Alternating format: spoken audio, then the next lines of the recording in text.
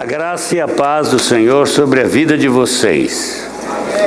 Muito bem. Janeiro está aí e a igreja mais vazia, né? Porque os nossos irmãos tiram férias. E alguns tiram férias longas. Alguns começam em dezembro e terminam em fevereiro. Aleluia. Muito bem. Isaías tem uma profecia interessante no capítulo 11, verso 9. Jeremias 11, 9. Não, é Isaías 9, 11, não é Jeremias. É Isaías.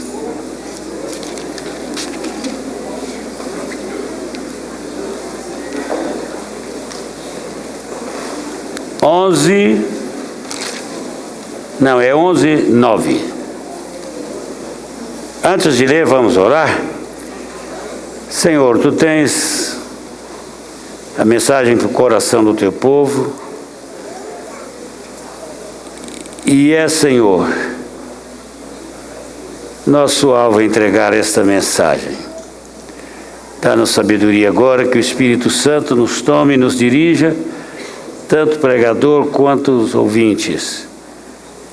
E que o Espírito Santo agite os nossos corações na direção do Teu propósito e do Teu plano para nós. Fala conosco. Senhor Jesus, queremos que o Teu nome seja glorificado agora, na palavra que vai ser entregue, pois é em nome dEle, por causa dEle que nós oramos. Amém. Amém. Isaías diz assim, eu vou ler o verso 9. Não se fará mal nem dano algum em todo o meu santo monte, porque a terra se encherá do conhecimento do Senhor, como as águas cobrem o mar. Muito bem, eu vou falar com vocês nesta noite sobre andando em glória. Eu creio, irmãos, que existe apenas uma coisa que pode nos manter no caminho nestes tempos difíceis que estamos vivendo. Trata-se de entendimento da glória de Deus. Pois bem, isto pode soar como um alto e pomposo conceito para você, algo que seria melhor deixar para teólogos, filósofos, mas eu estou convencido, e nisto concordo com o pastor Josué Gonçalves, de que o assunto da glória de Deus tem um valor prático muito real, muito significativo para todo crente verdadeiro. Entendendo isto, abrimos agora a porta da nossa vida para nos tornarmos vitoriosos. Já estamos, irmãos, vivendo um momento que nós precisamos de ter certeza de quem é Deus, de como Ele atua, do que Ele faz nas nossas vidas. Nesta noite vamos começar com o primeiro ponto. A glória de Deus é uma revelação da natureza e do ser do nosso Senhor. A glória de Deus é Ele mesmo. E tal como Ele se revela a nós nos seus atributos e em tudo que Ele faz. Deus não explica muita coisa sobre si ao enviar Moisés. Ele fala apenas do seu nome. E é um nome que, para nós, não tem muito sentido. Quando Moisés diz, bem, Senhor, logo que Tu queres me enviar, queres que eu vá? Quando eu chegar lá, o que eu vou dizer? Qual o teu nome? Ele diz, Moisés, você vai chegar no Egito, vai congregar os anciãos do meu povo e vai dizer para eles, está no capítulo 3 de Gênesis, eu sou, me enviou a vós. Moisés teve literalmente um vislumbre da glória de Deus.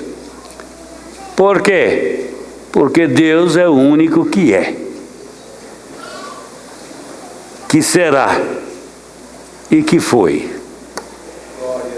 Então, meus amados, Moisés ouviu o nome de Deus, mas o Moisés queria mais do que apenas saber o nome de Deus. Dias depois, ele pediu a Deus, pleiteou junto a Deus, para que mostrasse a ele a sua glória. Isso está lá no capítulo 33, vamos lá. Êxodo 33, 33 de Êxodo. Vamos para vocês que têm Bíblia, abram lá, por favor. O importante é o crente conferir na palavra o que o pastor está dizendo. No verso 18, ele diz assim, 33, 18. E ele disse: rogo-te que me mostres tua glória. Ainda, no capítulo 34, versos 8 e 7.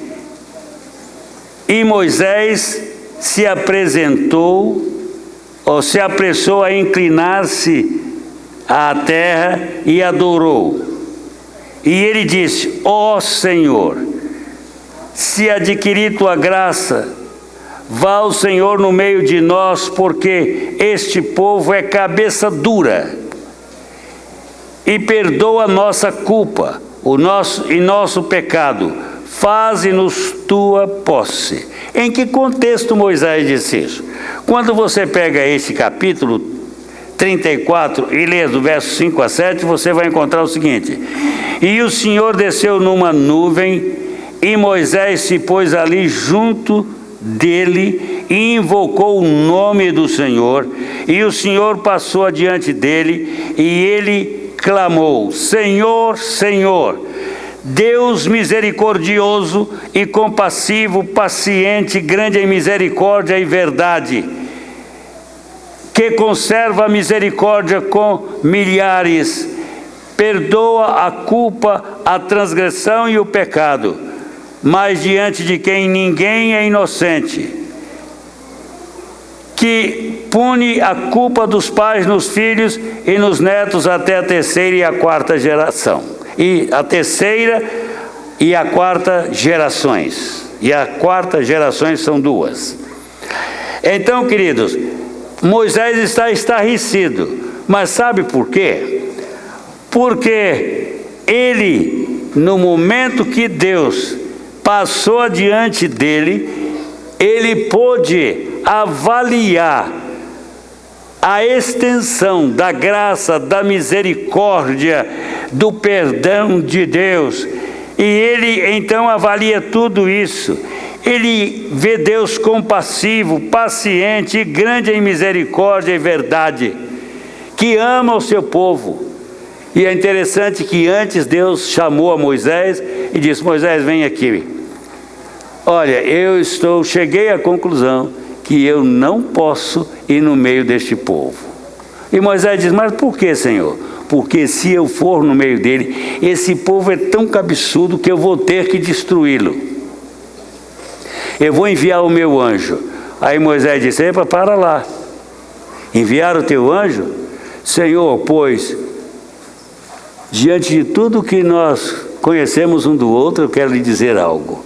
Eu não arredo o pé deste lugar, se tu mesmo não fores conosco.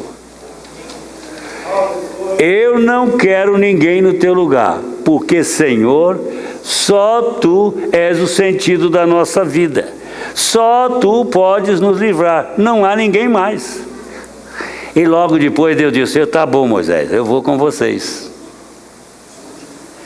Irmãos, como Deus, o Deus justo, reto, santo, puro, ele é capaz de repensar uma posição a favor do seu povo. Isso revela a grande misericórdia de Deus. Agora, seria a glória do Senhor a sua majestade e esplendor, seu poder e domínio, ou alguma manifestação no seu povo como uma impetuosa adoração? Será que seria aquele dia que vocês não aguentariam mais? Bruno não precisaria chamar a atenção de ninguém, porque a adoração seria estrondosa, tão estrondosa que vocês sentiriam Deus assentado sobre a nossa adoração, sobre o nosso louvor. Será que seria esta a glória do Senhor, a revelação do seu esplendor? A maneira que Deus quer que conheçamos sua glória é através da revelação do seu grande amor por nós. E isto é justamente o que revelou Moisés. Senhor Deus compassivo, clemente, longânimo e grande em misericórdia e fidelidade, que guarda a misericórdia em 1000 gerações, que perdoa a iniquidade, a transgressão e o pecado do teu povo. Êxodo 34, 6 e 7. Então Deus é tudo isso, e é nestas coisas que está a glória de Deus. É isto que é glorioso em Deus, é a revelação do seu amor, da sua misericórdia, do seu perdão, da sua aceitação de cada um de nós. Isso é muito importante. E meus amados irmãos, e na medida que nós vamos compreendendo isso, o que vai acontecer conosco? Nós vamos começar a revelar a glória de Deus na nossa vida. Nós vamos revelar a glória de Deus no nosso andar, no nosso negociar, no nosso viver, na nossa família, nas nossas relações e de divertimento. Nós não vamos exagerar, porque a glória de Deus está impregnada em nós, porque nós estamos cheios do seu amor. A glória de Deus está em amarmos a Ele de todo o nosso coração e de toda a nossa força. É isto que torna Deus glorioso. E isto cria um estado no coração de Deus, para usar uma figura humana, que Ele fica gloriosamente feliz em saber que nós, os seus filhos, estamos imitando a sua vida por força da sua atuação gloriosa em nós. Agora, irmãos, quando nós nos fraquejamos em revelar o amor de Deus em nossa vida, e atenção, queridos, este problema de manifestação de glória de Deus na prática da nossa vida é muito sério. Isso tem a ver com a nossa comunhão, com o nosso andar com os irmãos, com o nosso relacionar. Quando eu nego amor ao meu irmão, o amor que ele precisa, que é dele em mim, eu estou negando a glória de Deus, e eu não me torno glorioso como Deus. Porque é nisso que consiste o andar na glória do nosso Deus. A revelação da glória de Deus tem efeitos poderosos sobre aqueles que a recebem e oram para compreendê-la. Até este ponto, Moisés tinha uma visão do Senhor como Deus da lei, o Deus do julgamento, o Deus que pune, o Deus da ira. Tremia, aterrorizado. Vocês se lembram lá no monte, quando Deus se manifestou, que a aba da montanha tremia, o fogo se revelava em todos os pontos, nuvens e fogo, e o povo ficou tão apavorado que disse: Moisés, por favor, não force a barra conosco, vá, sobe a montanha você sozinho, porque nós não podemos subir essa montanha, porque nós sabemos que nós vamos ser destruídos. E havia uma ordem de Deus: ninguém passe de tal ponto, até a borda do monte vocês podem ir, ninguém atravesse esta linha, porque quem atravessar vai morrer.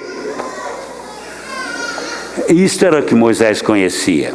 Mas na medida que Moisés vai andando com Deus e vê Deus operando, as operações, os atos poderosos de Deus a favor do seu povo, a paciência de Deus com o povo.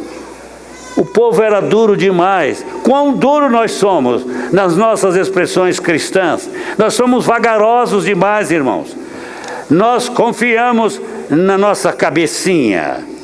Nós pensamos que a nossa teologia é melhor do que a palavra de Deus às vezes.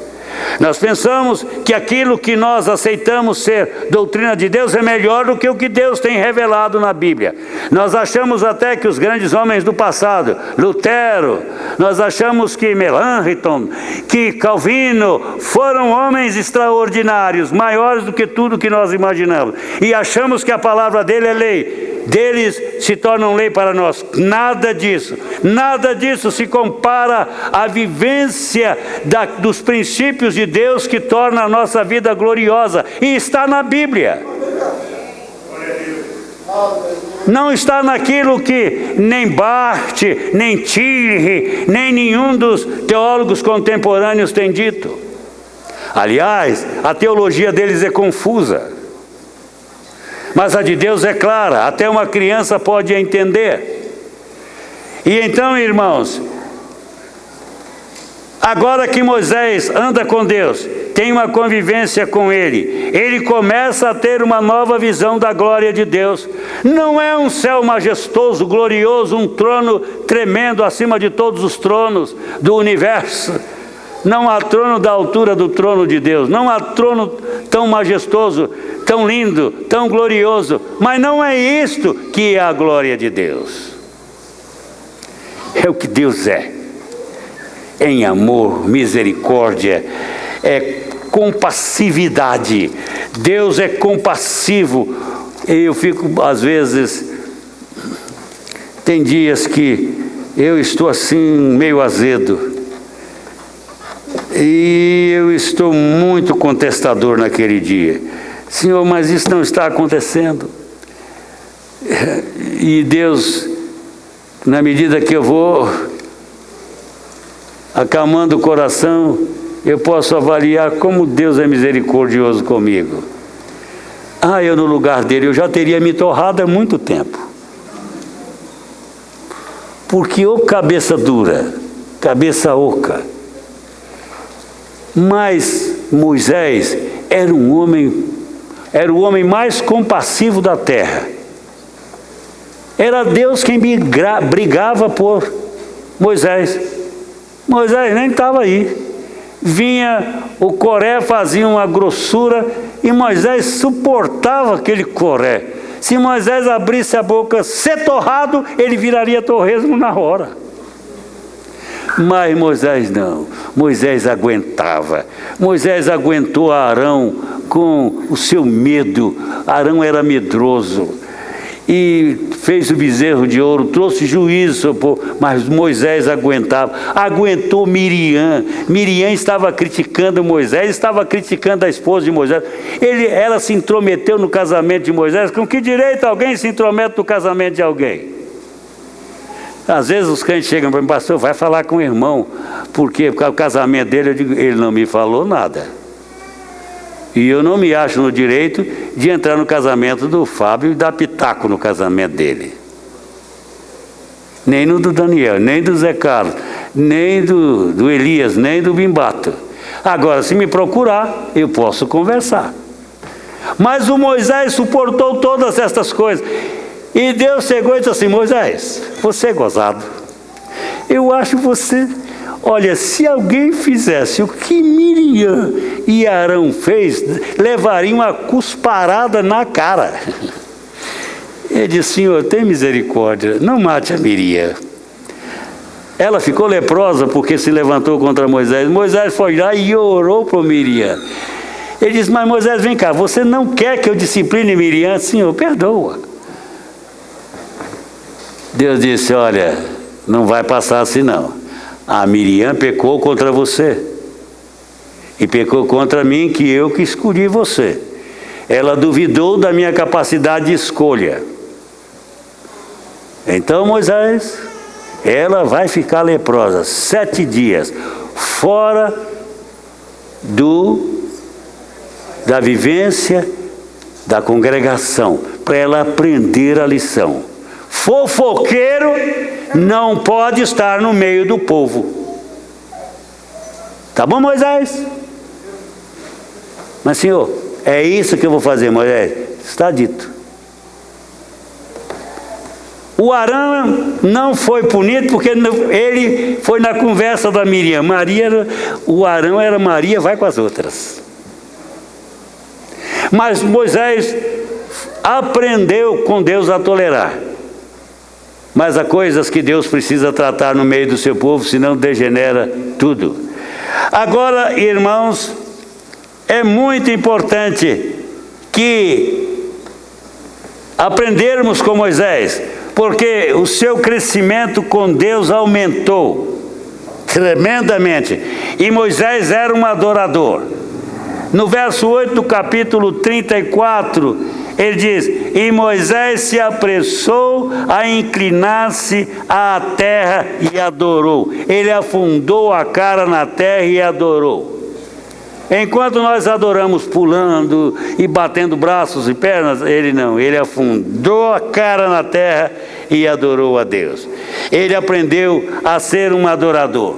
Você vê que verdade incrível, a Escritura nos mostra que a verdadeira adoração surge dos corações que estão conquistados pela visão do amor gratuito de Deus, da sua misericórdia por nós.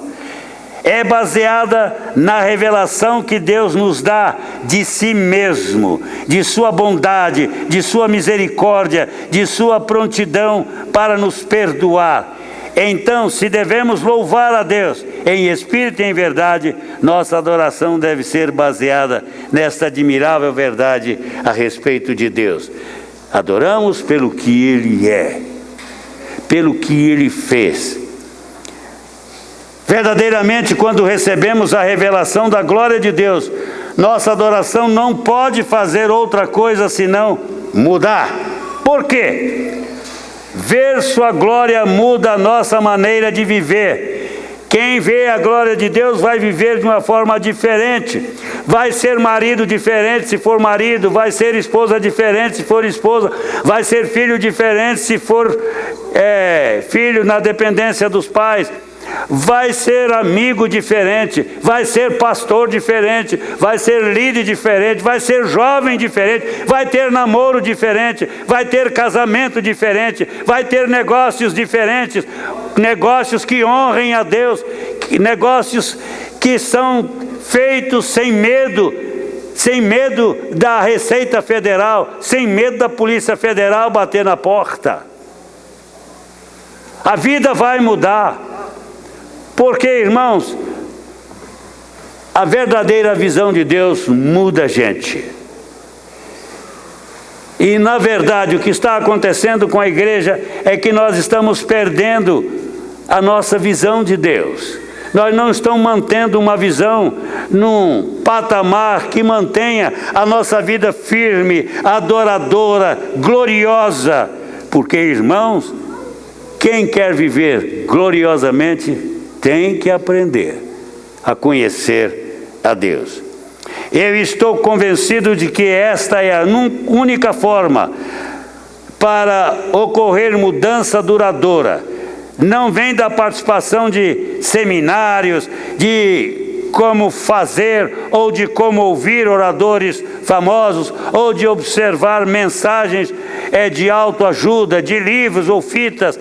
Vem de ter a revelação de Deus, ponto final, nada mais pode fazer. Se você não tem revelação bíblica de Deus, você não chega lá com palestra de ninguém. Ver a glória de Deus também muda nosso relacionamento com os outros. Paulo diz à igreja de Efésios: vocês viram e experimentaram a glória de Deus. Agora, pois, sejam um reflexo desta glória para os outros. Antes, sede uns para com os outros benignos. Quem pode ser benigno se não conhece a benignidade de Deus? Compassivo, Quem pode ter compassividade se não conhece a compassividade de Deus, ou Deus agindo na sua compassividade em relação a nós mesmos? Então, meus amados, nós temos que ter visão de Deus a respeito do seu perdão, experimentar o perdão de Deus, se queremos também perdoar os outros como Cristo nos perdoou a nós. É isso que Paulo diz em Efésios 4:32. E isso vai mudar a maneira de ser da igreja e do povo de Deus. Nós vamos ficar loucos para acolher os outros. É interessante, eu só fui a entender a questão de mãe querer muito filho pelo significado que o filho tem para a mãe. É muito importante isso. E ela tem o amor especial para cada filho. Nem o filho precisa pensar que a mãe vai amar mais o outro. A mãe, ela quer muitos filhos, porque ela se vê glorificada nos filhos. E este é um ponto muito importante. E Deus, irmãos, Ele quer que nós nos relacionemos. Vocês sabem?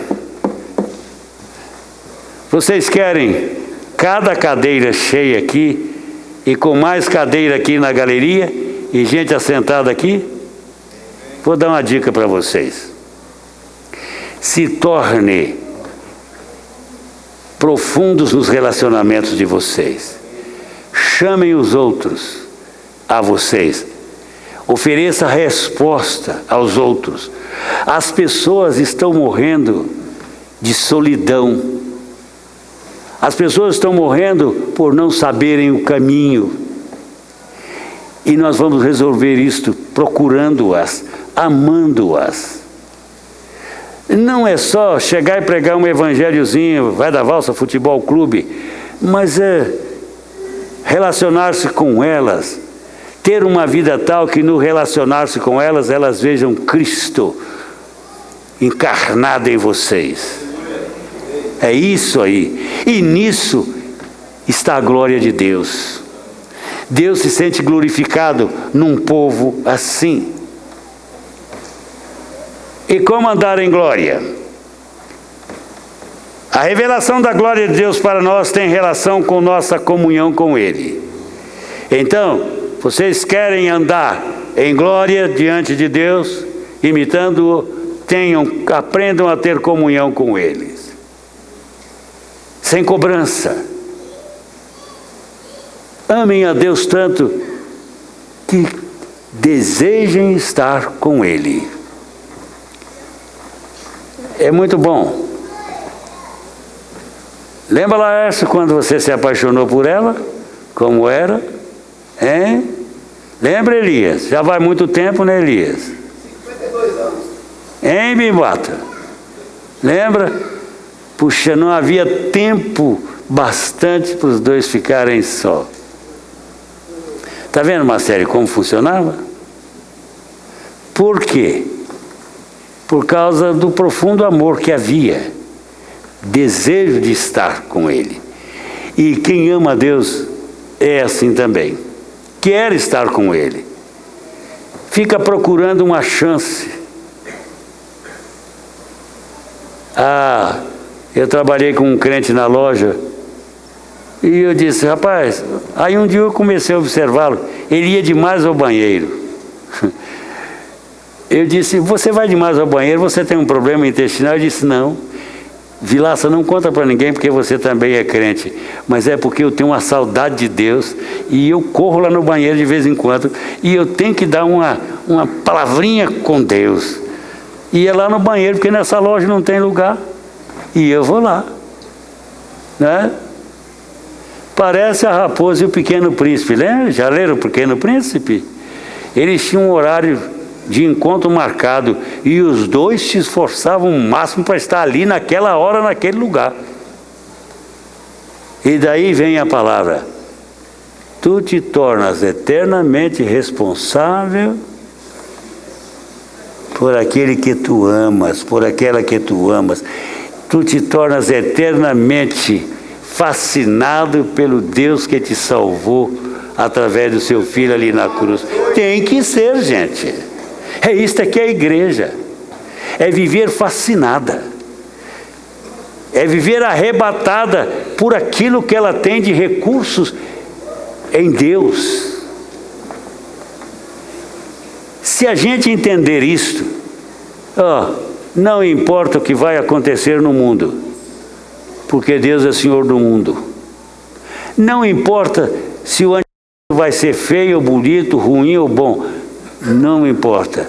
Nós temos um Deus que está acima do anticristo e um Cristo que tem poder sobre o anticristo. Não importa se o tempo vai ser difícil, estando em Deus, nós vamos vencer. Nós vamos ter vitórias. Nós precisamos, irmãos, sair desta vidinha comum. Não é? É uma comparação ruim. Eu estava essa semana, aliás, essa aqui é uma Bíblia nova. Eu comprei por causa da letra, porque estou com dificuldade visual, comprei essa Bíblia. Aí eu descobri algumas coisas nela. É a única Bíblia que tem a descrição mais interessante sobre a águia. Você sabe que os ossos da águia são diferentes dos ossos dos outros pássaros. Só ela tem os ossos como tem, em forma de cone. Os ossos dela são inquebrantáveis. E ela tem um poder de voo, ela voa a mais de 3.000 metros de altura. E desta altura ela é capaz de ver qualquer coisa andando aqui na terra. E é capaz de, numa tirada, pegar um pássaro desta altura. Ela vem e... Ela é poderosa em tudo que ela tem. Até o seu sistema de empenação das asas é diferente. Ela abre os leques das asas diferente de todos os pássaros. E ela pode voar com um bebê e um animal bem forte. Interessante. Deus compara o crente à galinha ou à águia? Quem? Osso de galinha eu quebro no dente. Pronto. Mas osso de águia não. A águia não vai para a panela nunca. Galinha é a sua comida todos os dias. Tadinha. Ela não tem, como é que chama? A sustentabilidade de voo longo. A águia não. A águia é o único pássaro, é a única ave, aliás, que descansa enquanto voa. Sabiam disso? E ela vai descansada. Então, somos comparados a crentes. Isso significa que Deus nos chamou para viver gloriosamente. Se alguém está vivendo aquém disso, não está bem. Procura renovar o seu relacionamento com Deus. Melhor, busque conhecer o seu Deus, porque Ele chamou você para ser águia. Se você está voozinho baixo e voo de galinha, não está bem não. Está mal. Comece a rever. Aí eu já comecei. Esse ano eu não quero viver voozinho de galinha não, Fábio. Esse ano eu pedi, Deus, eu quero voar alto como águia. Tu me chamaste para ser águia, então me deixe voar como águia. Mesmo que eu tenha que levar uma multidão no meu voo, me deixe voar como águia, por favor. Eu estou, Senhor, mais próximo da morte que todo mundo. Então, eu quero viver um tempo significativo e intensivo para Deus. Por isso que eu estou pregando para vocês. Porque, meus irmãos, é nisso que nós vamos glorificar a Deus. Precisamos ser para a glória dEle. Precisamos de ser para a glória dEle, olha. Nas nossas contas bancárias. Deixa Deus movimentar o seu dinheiro. Comece a confiar em Deus para movimentar o seu dinheiro. Comece a trazer Deus para a administração do seu dinheiro. Não siga os reclames da publicidade contemporânea, que é uma publicidade que tem atrás de si Satanás, que quer vender tudo. Satanás vende tudo, ele vende almas, ele vende a honra das pessoas, ele vende a dignidade, ele põe tudo em jogo, e ele pode acabar com a sua vida. Mas tem uma vida financeira do ponto de vista de Deus. Se você não sabe ainda, venha fazer o Crown com o Fábio. Quem é que vai dirigir esse ano? É você? Também. Amém. Que você aguente. Tenha a força da águia. Então, eu profetizo sobre a sua vida. Então, amados, nós somos chamados para viver uma vida cheia de significado e propósito. Aí, veja uma coisa, como nós vivemos. Compramos um carro e escrevemos nele, para a glória de Deus, mas nunca levamos um irmão no carro. Ele vai para o mesmo bairro que nós vamos, mas nós não somos capazes de levá-lo. Tá certo, mulher, você não leve homem com você, não. Se você dirige o seu carro sozinho, não leve homem nenhum. Nem o pastor, que se estiver lá no ponto de ônibus, deixa ele lá. Mas os homens podem levar uns aos outros, as mulheres levarem umas às outras. Por quê? Aí escrevemos, propriedade de Jesus. Mas não leva ninguém, Daniel. Deixamos a irmã pobre vir a pé, ela mora lá na casinha, ao bairro da nossa mansão, e nós deixamos ela vir a pé todo dia, Tereza. Errado. Não é para a glória, não é de Jesus? Então coloquemos gente de Jesus. Não sejam como eu fui quando eu tinha o meu primeiro carro. Ah, mas eu tinha um ciúme daquele infeliz daquele carro. E veja, era um Volkswagen. Veja se a gente precisa ter ciúme de Volkswagen. Era um Fusquinha, hein? Não era o Fuscão, não. Foi o primeiro que eu tive lá em Manaus. Eu tive depois de Manaus. Era um Fusquinha lá que me deram lá em Manaus. Jesus! Eu mantinha o carro numa limpeza, gente, que eu vou dizer, eu tinha inveja do carro. Eu vivia pondo aquele carro para brilhar. Que coisa, um Fusca. E que gente entrava naquele carro? A primeira coisa que eu olhava era o pé da pessoa. Agora veja, se tivesse lama, limpa o pé, depois entra. Uma coisa eu admiro nos americanos, é que eles não deixam o carro dirigir as suas vidas. Americano não tem lá nada a ver com carro, ele usa o carro. Mas o brasileiro fez do carro um membro da sua família. É péssimo. Quando é membro do corpo, é perna, né, Bimbato? Parece que os meninos daqui a uns tempos vão nascer com pneu. Né? Então, queridos, mas nós precisamos aprender a viver dentro da perspectiva que Deus traçou para nós. Aí Paulo chega e diz, somos mais que vencedores por aquele que nos amou.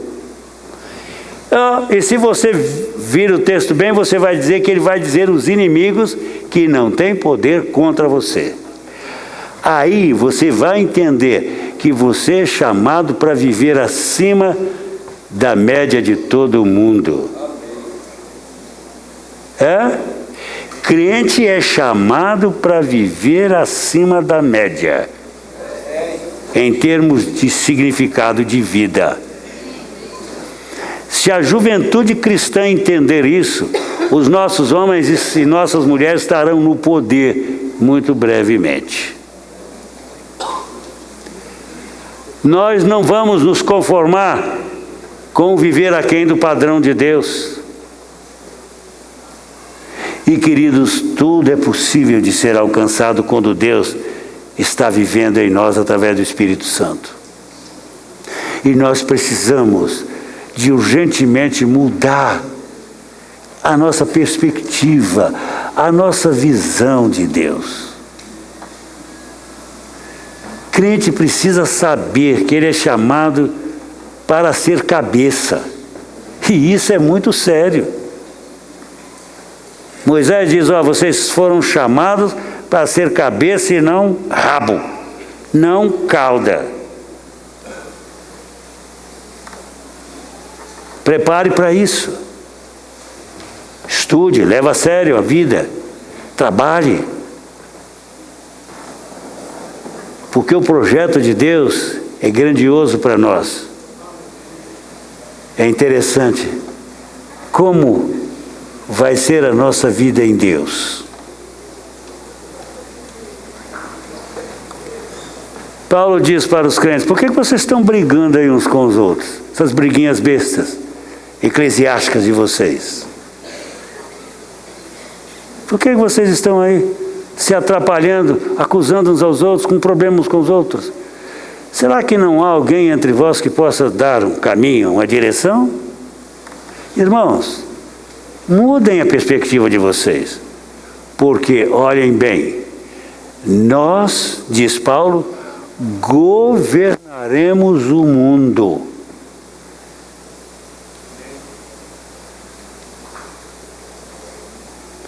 Mas por que milênio? Como é que nós vamos viver no milênio? Governando o mundo. Assistentes de Cristo. Somos a noiva de Cristo. Vê como soa diferente. Bate no peito e diz assim. Bate no peito. Diz assim, eu sou noiva de Cristo. Porque eu sou a igreja. Sou noiva. E a igreja vai reinar com Cristo. Está vendo, Fabinho? Aleluia!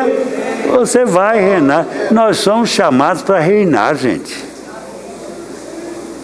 Por isso, abre a mente. Porque o que Deus tem para a sua vida é muito mais do que você possa imaginar. Eu hoje estou chorando pelos prejuízos da minha vida. Eu podia ter voado muito mais alto se eu tivesse entendido o plano e o propósito de Deus para mim. Agora, vocês sabem de uma coisa? Vou dizer algo a vocês.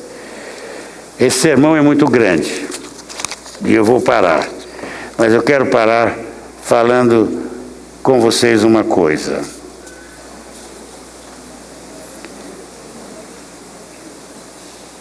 Olhem, eu creio que Deus, Ele pensa muito em nós. E a alegria, a sua vibração, o vibrar do seu coração está ligado ao nosso estilo de vida. De forma que, quando Deus nos vê prósperos nele, participando da sua glória, participando da sua vida, do seu poder, o coração de Deus é invadido de alegria. Ele olha lá para o Fábio e diz, meu filho está alegre e eu estou alegre com ele. Deus se alegra. Deus se alegra conosco. Ele está conosco. O sofrimento é permitido quando ele é para a glória de Deus.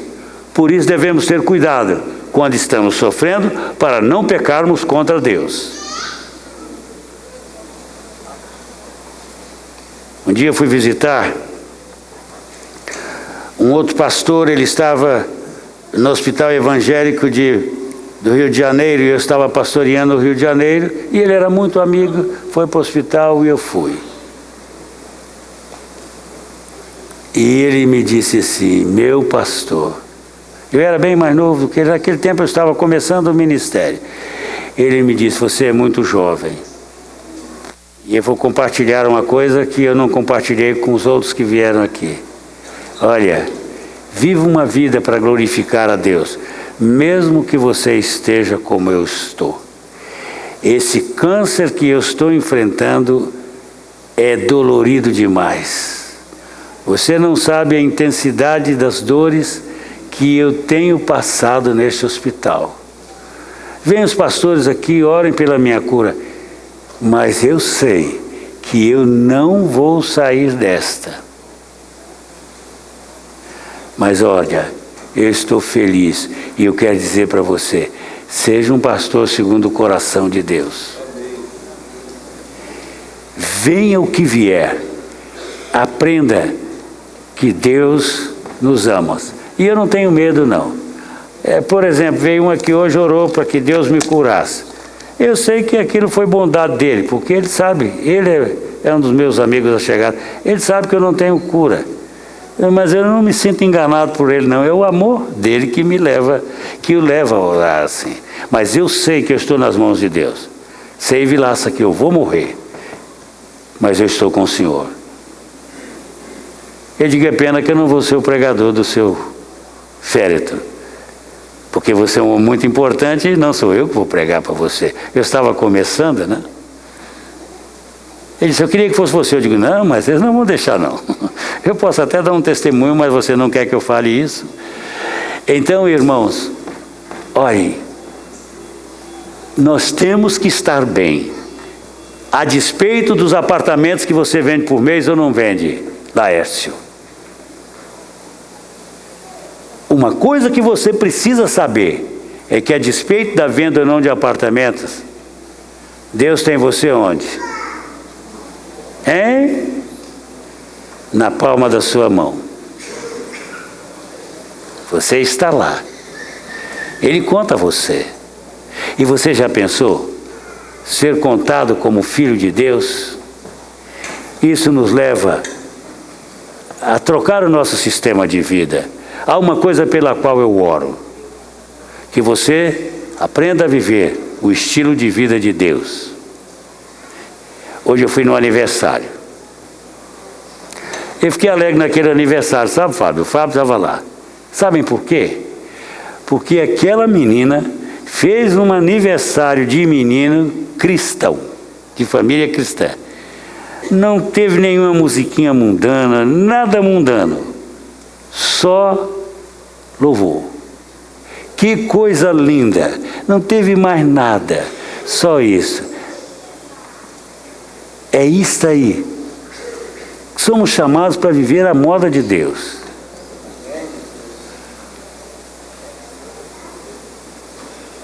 Por favor, não tome isso para você. Mas, por exemplo, eu já fui pastor de crente. Por que você não tem vindo à igreja? Ah, pastor, porque eu comprei uma chácara e agora a turma vai para lá. Quem é o dono da chácara? Você determina o dia que você vai ficar lá e determina o dia que você não vai ficar. Porque você era um tipo de homem, você e sua esposa e os seus filhos eram um tipo de crentes. Agora vocês estão diferentes. Em 5 meses que vocês compraram essa chácara, a vida de vocês já retrocedeu um cabo de machado. Agora não deixem inteirar 2, porque senão vocês vão ser excluídos da igreja. Acabou a vida deles. Gente, as coisas não podem determinar a nossa vida. Dinheiro não pode determinar a nossa vida, emprego não pode determinar a nossa vida, casamento tem que ser determinado por Deus e não determinar o tipo de vida que nós vamos ter com Deus. Temos que ter uma vida de intimidade com Deus se quiser ficar bem casado. Mas o que determina a nossa vida é o nosso Deus, é nossa paixão, é o nosso compromisso com Deus, é que deve determinar. E eu vou dizer amém. E vocês? Amém. Que amémzinho xoxo, né? Amém. Ah, já melhorou. Dá um amém aí de quem vai viver assim. Como eu disse. Amém. É isso que preguei para isso. Glória a Deus. Então, agora, um conselho. Revisa a sua vida. Você me pergunta, pastor, eu posso ter um belo carro? Aleluia, compre o melhor, o que o dinheiro der. Mas não faça dívida além das suas possibilidades para comprar um carrão, porque ele pode se tornar um tormento na sua vida. A prestação. Mas compra dentro do seu padrão. E a casa? Dentro do seu padrão. Compra a melhor casa que você puder. O melhor apartamento. Não compra um pequeno demais, não. Sabe? Aí você sente todo preso. Não dá nem para você se mover. Tem que tomar banho. Não pode abrir braço, senão você fura a parede. Né? Não dá. Mas, dentro do seu padrão, mas vive intensamente para a glória de Deus. Eu quero que isso aconteça neste ano na sua vida. E comece a entregar os seus pontos fracos na mão de Deus, os seus assuntos insolúveis, e peça a Deus para lhe dar bússola, direção. Amém? Vamos ficar de pé.